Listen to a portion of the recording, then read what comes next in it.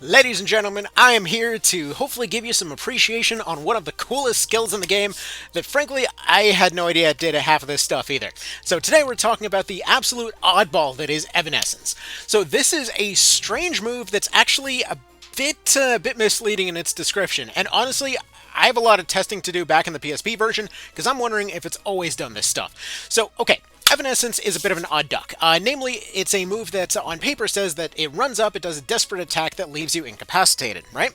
So, whenever you're going and using this ability, a few things jump out immediately. 100 MP cost is among the highest end of damage abilities in the game. Like, sure, it's an action move, and that gives you a ton of utility all its own, but not only is its damage not exactly amazing, but additionally, it's close range, and you have to sacrifice yourself in order to do it.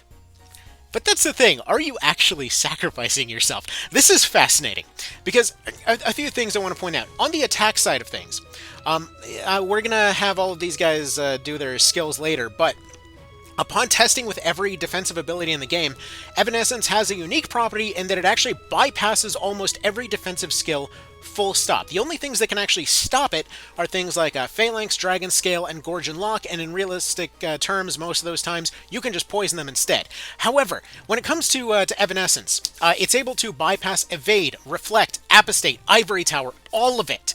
Every single thing it's able to bypass. I've tested every frickin' thing that I could find in the game. It can bypass every single one of them. Additionally, like you might say, okay, that's okay value, but you're still self-destructing yourself, you're still spending a ton of MP to do it.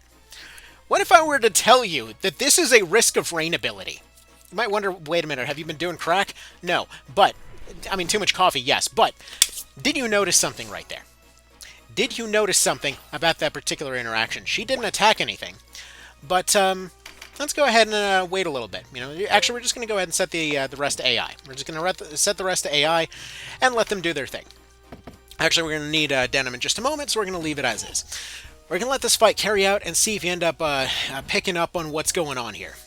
Because the description says that it leaves you incapacitated.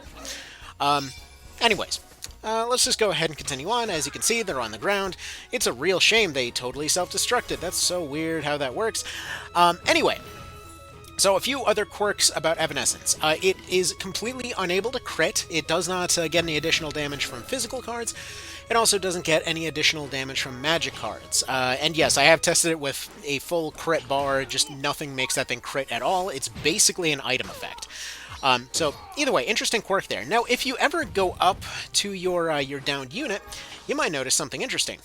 They can't be revived. Huh.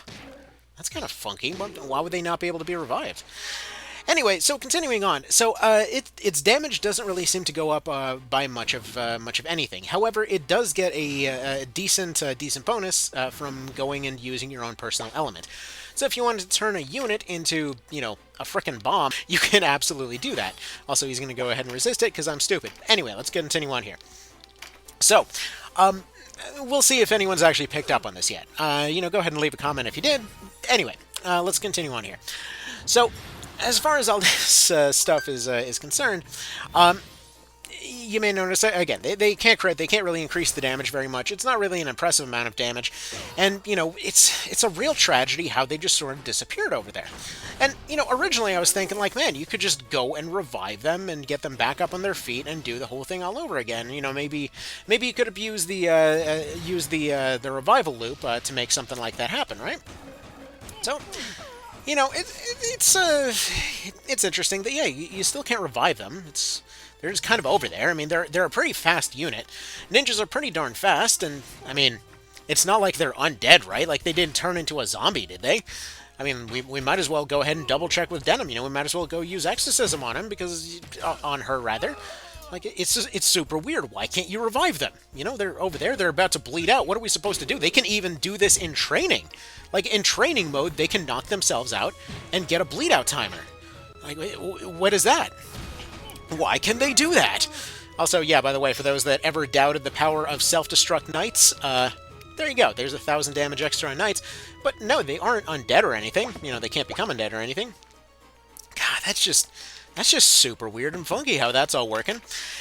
Anyway, they're about to die forever. It's such a tragedy, man. What a broken skill. Was expecting to get them back up on their feet, and was expecting, to have them go continue on fighting and see the war to its conclusion, and was expecting to, I don't know, see an ending for them or something. Was expecting them to have such a long, amazing career ahead of them of doing all kinds of ninja stuff, and surely there's no way that they were just playing dead, is there? Do you see how freaking amazing this is?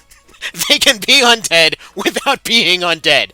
That's why this ability is so expensive. That's why it's so good.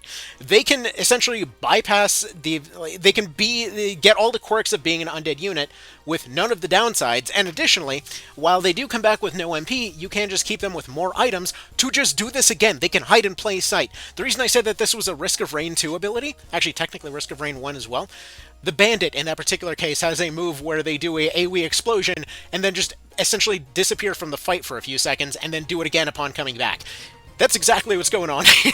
So yeah, that kind of blew my mind upon first figuring it out, because I was like, is this a bug or something? Why are they able to pass out and not be revived and not be exercised or anything else in training mode when I was going and testing this against every defensive skill in the game? Because again, this bypasses all defenses. So you can use this to bypass defenses entirely, and then essentially from there, they just come back a few turns later, essentially allowing them to hide from the fight. So not only can they use Steel Stance to go and exit the fight for a little bit to essentially de-aggro themselves, they can attack with 2 swords, get a ton of stuff built up in order to earn that 100 MP, then they use the Evanescence, disappear, and then just come right back up later to go do it all over again. That's awesome! This ability kicks ass! Anyway, so yeah, kind of been sleeping on that one, but that's what I always love about this game. There's always new discoveries to make. It's over a decade later, and we're still figuring stuff out. Anyway, so, very excited about this. I will see y'all later, and I think I found my new favorite ninja ability. Alright, later, y'all.